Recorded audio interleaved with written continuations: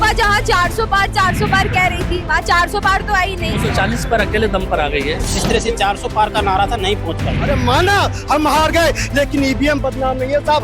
एक बात याद रखना, वही मोदी है। क्या लग रहा है, भाजपा जहाँ 400 पार कह रही थी, वहाँ 400 पार तो आई नहीं। अब विपक्ष ही सही हो गए, 200 पे अटक के रह गई है भाजपा। ठीक है, तो क्या लग रहा है जो वादे किए थे वो पूरे कर पाएंगे क्या मोदी जी? बिल्कुल वो वादे पूरे होंगे। मोदी जी ने अभी 303 सीटें का गठबंधन बन चुका है। और भारतीय जनता पार्टी 2 सीटों से चली थी, 240 पर अकेले दम पर आ गई है। और ये राहुल गांधी जी, कांग्रेस पार्टी जो है 99 के चक्कर में फंसी हुई है। मोदी जी ने कहा अब की बार 400 पार, भारतीय जनता पार्टी ने कहा अब की बार 400 पार। राहुल गांधी समझ नहीं पाए, कांग्रेस पार्टी समझ नहीं पाई। मोदी जी ने कहा था 400 पार, राहुल गांधी इसी चक्कर में लगे रहे कि इनको 400 पार नहीं होने देना, भले ही 399 आ जाए, खुद 99 के चक्कर में फंस गए। तो मोदी जी ने इनको ऐसा लपेटा कि पप्पू फिर पप्पू बन गया। कैसे पप्पू पप्पू रह गए?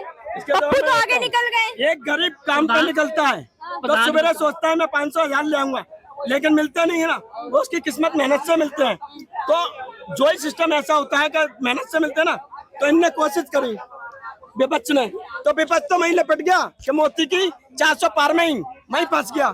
लेकिन हेड तो ले आए ना, तो मोदी आए ना। मतलब अब आप लोग खुद को ऐसे सेल्फ सेटिस्फाइड कर रहे हैं। अरे आ तो गए ना, सरकार तो बन गई ना, 400 पार नहीं आया, उसका दुख नहीं है क्या? तो एक बात सुनो, इनने भी तो बोला था हम इतनी ले आएंगे, तो मिल थोड़ी जाता, लड्डू थोड़ी है, तो पेट में से तोड़ लो। ये तो मेहनत करनी पड़ती है। इस बार तो कह रहे थे राम मंदिर और धारा 370 पे ही तो वोट मांग रहे थे, क्या हो गया? मंदिर मस्जिद तो हिंदुस्तान के हर क्षेत्र में, मंदिर मस्जिद हर क्षेत्र में, तो कितने क्षेत्र हमने जीत दिए, मंदिर मस्जिद नहीं थी क्या? भाजपा तो लगातार कह रही थी 400 पार आएगी, 400 पार आएगी, घींच के 300 तक पहुंची है, ऐसे क्यों? पहले ये बताइए। देखिए, जनता जनार्दन होती है। जनता ने जिस तरह से जो भी सीटें आई है, और जैसे जिस तरह से 400 पार का नारा था नहीं पहुंच पाई। ठीक है, हम मानते हैं 400 पार तक नहीं पहुंच पाई, लेकिन पूर्ण बहुमत से भी नहीं आ पाई। तो ऐसा कुछ ना कुछ कमियां नजर आई हैं।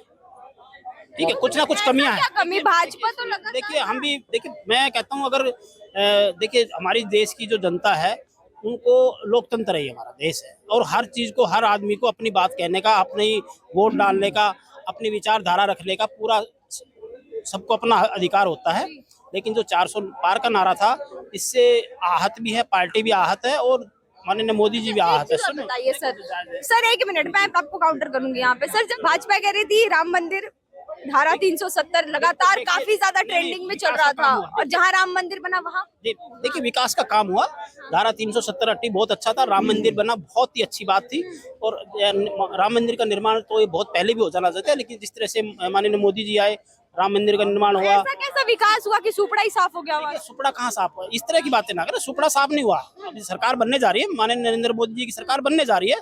कम सीटें आई हैं, हम मानते हैं कम सीटें आई हैं, और लेकिन कुछ ऐसे राज्य आए हैं जहाँ पर कभी बीजेपी नहीं आई। अब वो भी देखिए, उड़ीसा देखिए, कई स्टेट आप देखिए ना, वहाँ भी तो सीटें आई हैं जहाँ पर कभी बीजेपी का कोई कैंडिडेट जीतता ही नहीं था वो। ठीक है, और ये नहीं, साउथ में आप वहाँ भी काफी अच्छा समर्थन मिला है और काफी अच्छी सीटें आई हैं, तो वो भी कुछ उनके लिए भी तो खतरा है। जी, आपने देखा कि वहाँ भी उनको भी वहाँ पे खतरा लगा, वहाँ से कांग्रेस की सरकार नहीं आई। जी सर, क्या कहना चाहेंगे आप? देखिए, बीजेपी के हमारे नेता हैं, बहुत जमीनी नेता है। मोदी जी ने नहीं देखा इनको, शायद इनको टिकट दिए होते तो 100% जीत जाते। एक गाना मुझे याद आता है, मोदी जी सुन लीजिएगा। लागा चुनरी में दाग छुपाऊं कैसे, भ्रष्टाचार खत्म करना था, भ्रष्टाचारियों को लड़ा दिया। भ्रष्टाचारियों को लड़ाया ना, तो जब भ्रष्टाचारियों को लड़ाएंगे तो देश में तो क्या होगा? पार्टी तो 400 पार तो जाएगी नहीं।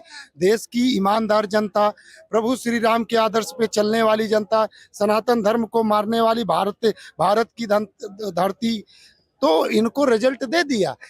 आप ना महिलाओं का सम्मान किए, ना न्याय कर पाए पहलवान बेटियों को, जो अन्नदाता थे किसान, ना उनका आपने न्याय दिया।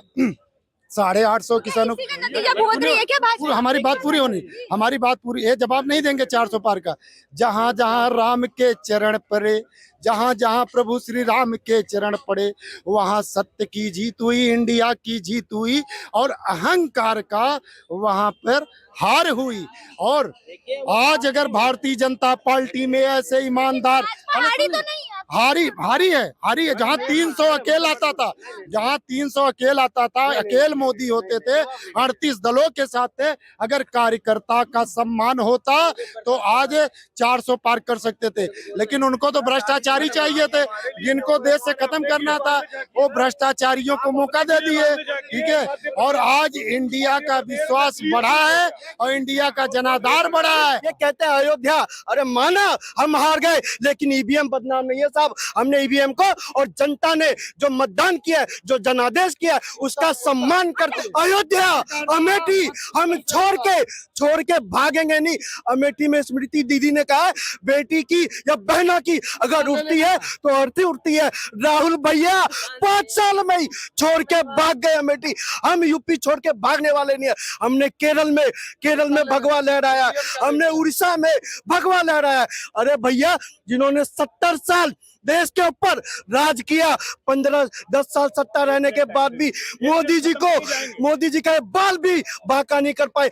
आज भी मोदी जी, जिनकी इतनी घमंडिया गठबंधन की जितनी सीटें, उससे कई ज्यादा सीटें अकेले मोदी जी के पास है। एक चीज बताइए, नहीं आपका पहले में सब, एक मिनट, ईवीएम में क्या कहेंगे? इतने दिन तो आप कह रहे थे ईवीएम खराब है, अभी आप कह रहे हैं जीत गए। एक बात याद रखना, वही मोदी है छठी का दूध दिला देगा। वो मोदी है, एक कलश सब पे भारी, वो मोदी है। और हो गए बर्दाश्त से बाहर। अलग बात, हारने की कारण तो हुई है क्योंकि सब अपना अपना जातिवाद कर दिए ना। यह जातिवाद होना नहीं था।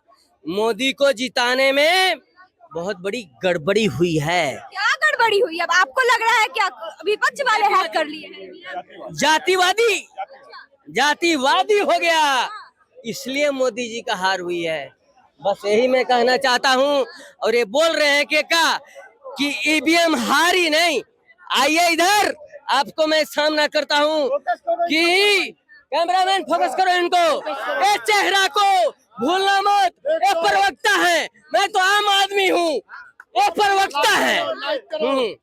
इस बार का जो चुनाव हुआ है उसका रिजल्ट, इस बार सवाल तो सुनिए, इस बार के चुनाव का जो नतीजा आया है, विपक्ष भी खुशी मनाते नजर आ रहे हैं और भाजपा में भी खुशी की लहर दौड़ रही है। तो ये कैसा रिजल्ट था, पहले ये बताइए। 140 करोड़ देखिए, एक बात कहना चाहूंगा, देखिए एनडीए जीता है, इंडिया जश्न मना रहा है। ये पहले इंडिया की बात करते थे ना, आज एनडीए जीता है और इंडिया जश्न मना रहा है। यही मना रहे थे क्या एनडीए के जीतने का? मैं बता रहा, देश की 140 मनाया है, बीजेपी जीतने का जश्न मनाया कांग्रेस वाला। देश की 140 करोड़ जनता जश्न मना रही है, लेकिन लोकतंत्र अब सुरक्षित है। अब हम अपनी आवाज और जनता की आवाज संसद में मजबूती से रखेंगे। आप लोग को ऐसा नहीं लगता है 28 पार्टी मिल के उतना सीट लाए हैं? कभी ये नहीं सोचते अगर कोई निकल गया तो क्या क्यों नहीं लगता है? कितने खुश हैं आप? अभी 7 तक भी नहीं पुराए पाए महाशय। अब बकवास ऊपर से मत करो। 99 गलती इनकी माफ, यही बताना चाहता हूँ। 99 गलती माफ, कृष्ण का वंशज हूँ, 101 पे साफ। 101 पे साफ। बताइए, इनकी कुछ भी नहीं हो सकती। इनकी जो अभी मोदी सरकार ने अभी जो भी कमियां हुई है ना, उसको पूरा करेंगे। लेकिन मोदी ने कोई कमी नहीं छोड़ी थी। यूपी में हारने का नतीजा मैं तो नहीं सोच रहा हूँ हिंदू मुस्लिम किया। मोदी सरकार ने हिंदू मुस्लिम नहीं किया, लेकिन वहां पर जो हुआ ना, गलत हुआ है।